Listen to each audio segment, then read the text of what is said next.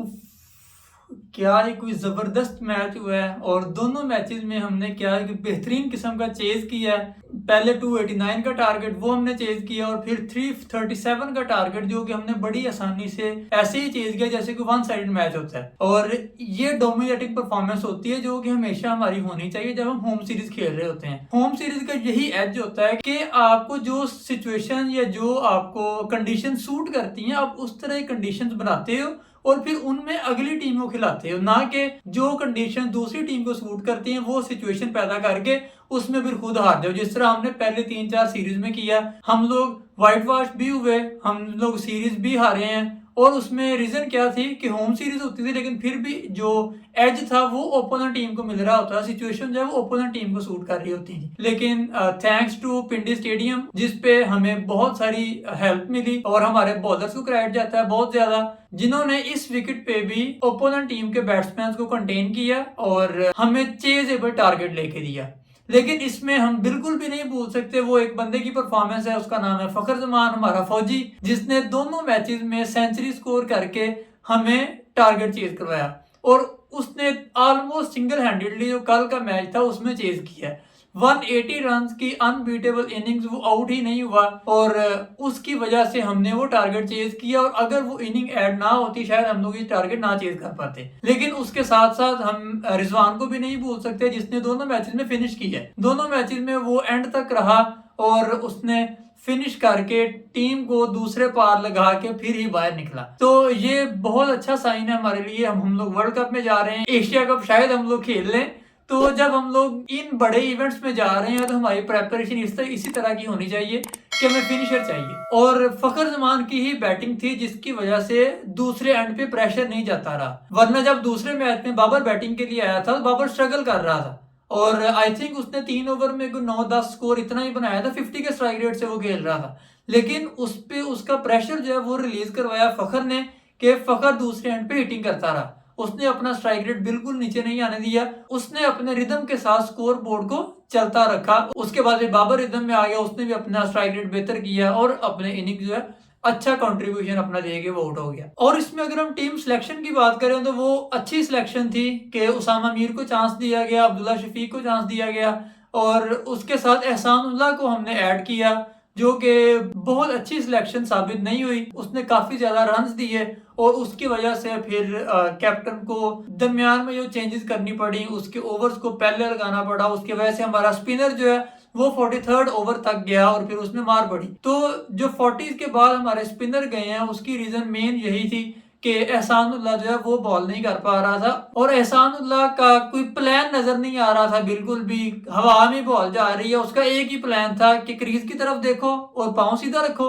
और दूसरे नंबर पे बस जोर लगा दो। मतलब कोई प्लान नहीं था कि आपने यॉर्कर करना है, आपने बाउंसर मारना है, आपने गुड लेंथ पे जाना है, फुलर बॉल करनी है, कोई इस तरह का प्लान नहीं था। और ये मैंने वैसे फर्स्ट टाइम देखा है कोई बॉलर जब जंप ले रहा है अपने रन अप के बाद वो बॉल डिलीवर करने से पहले लाइन को देख रहा है, क्रीज को देख रहा है कहीं नो बॉल ना हो जाए। ये गली मोहल्लों में क्रिकेट में होता है कि जहां पे आप क्रीज देख के पहले रन अप की तरफ जाते हो और फिर बॉल करने से पहले भी क्रीज ही देखते हो कहीं नो बॉल ना हो। तो जब आप इंटरनेशनल लेवल पे खेल रहे हो वहां पे आपका रन अप ऑलरेडी इसी तरह सेट होना चाहिए कि आपको टेंशन ही ना हो कि नो बॉल होगा, क्योंकि आजकल की जो मॉडर्न क्रिकेट है यहाँ पे आपने जब आप बॉल डिलीवर करने लगते हो वहां पे आपने बैट्समैन को देखना होता है क्योंकि बैट्समैन मूव कर रहे होते हैं, बैट्समैन अपनी जगह चेंज कर रहा होता है, आपने उसके अकॉर्डिंग अपनी बॉल को एडजस्ट करना होता है। और दूसरा टारगेट होता है जहां पे आपने बॉल फेंकना है वहां पे आपने अपनी आंख सेट करनी है, आपकी आई उधर सेट होनी चाहिए जहां पे आप टिप करने जा रहे हो।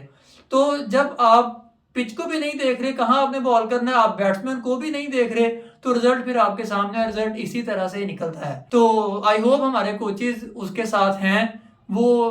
उसका कोई थोड़ी सी इसमें इंप्रूवमेंट लाएंगे और उसके बाद फिर वो हमें अच्छे रिजल्ट्स देगा। एक चीज जो हमें नहीं भूलनी चाहिए वो डेरिल मिचेल और फखर जमान, ये दोनों प्लेयर हैं जिन्होंने पहले मैच में भी सेंचुरीज की, दूसरे मैच में भी सेंचुरीज की। और इनकी सेंचुरीज में दूसरे मैच में इस तरह था कि जैसे दोनों टीम ने डिसाइड किया हुआ है कि हम तेरे उस प्लेयर की सेंचुरी करवाएंगे, तूने हमारी इस प्लेयर की करवानी है। कि डेरिल मिचेल का कैच आया तो हमने छोड़ा, फखर जमान के कैचेस गए तो उन्होंने छोड़े। और 90s में जाके वैसे जो सुना है वो ये सुना था कि जो बैट्समैन है वो प्रेशर में आ जाता है, उसकी कांपे टांग रही रही होती हैं कि कहीं 90s में आउट ना हो जाए, लेकिन यहाँ पे हमारे पाकिस्तानी टीम के साथ ऑपोजिट होता है। जब बैट्समैन 90s में जाता है तो हमारे फील्डर्स की बॉलर की कांपे टांगना शुरू हो जाती हैं, और यही हमारे साथ हुआ कि 96 पे डैरेल मिचेल का कैच आया था जिसको हमने ड्रॉप किया, और उसके बाद उसने 30-35 स्कोर और मारा हमें। तो उसके अलावा ओवरऑल भी हमारी फील्डिंग दोनों मैचेस में बुरी रही है, जहां से शायद सिंगल भी ना बने वहां से हमने 2-2 रन दिए हैं। हमारी थ्रोज बड़ी विविड रही हैं, ऑफ टारगेट रही हैं, और इसकी वजह से भी हम जो प्रेशर बिल्ड करना चाहिए वो नहीं कर पाते। जब आप इजी स्ट्राइक रोटेशन दे रहे हैं, इजी डोल दे रहे हैं, एक ओवर इस तरह का भी गया जिसमें एक भी बाउंड्री नहीं लगी लेकिन 10 स्कोर लगा उस ओवर में। रीजन क्या थी? यही रीजन थी कि हमारी जो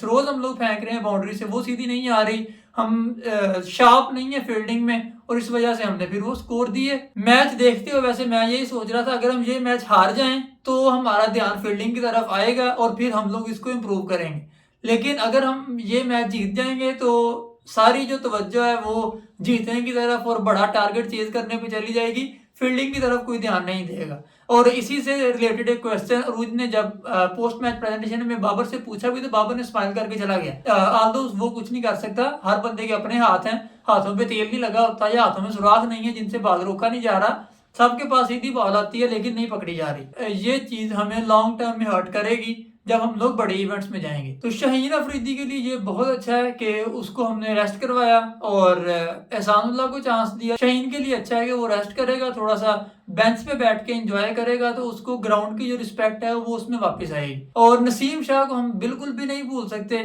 जिसने दोनों मैचेस में बहुत ही अच्छी लाइन लेंथ पे बॉलिंग की है। उसने अपनी बॉलिंग के दौरान बिल्कुल भी बैट्समैन को रूम नहीं दिया, आल्दो दूसरे मैच में उसको बिल्कुल भी टर्न नहीं मिल रहा था, ना बॉल स्विंग हो रहा था ना बॉल सीम हो रहा था, लेकिन फिर भी जिस लेंथ पे आप बॉलिंग कर रहे होते ये लेंथ बहुत मैटर कर रही होती है। इस लेंथ से अगर आप बैट्समैन को रूम देंगे तो बैट्समैन आपको हिट करेगा, अगर उसको टाइट लाइन लेंथ पे बॉलिंग आप करते रहेंगे तो वो उसको हिट मारने के लिए रिस्क लेना पड़ेगा, और रिस्क लेने के लिए 50 ओवर में एंड पे जाके बैट्समैन रिस्क जरूर लेते हैं, लेकिन उससे पहले हर बंदा डर रहा होता है क्योंकि विकेट सेव करके आपने 50 ओवर खेलना होता है। अगर आप दरमियान में या स्टार्ट में रिस्क लेना शुरू कर देंगे तो 50 ओवर बैटिंग करनी मुश्किल हो जाती है। एक जो प्रॉब्लम हम लोग फेस कर रहे हैं दोनों मैचेस में अभी हुआ है, लेट्स सी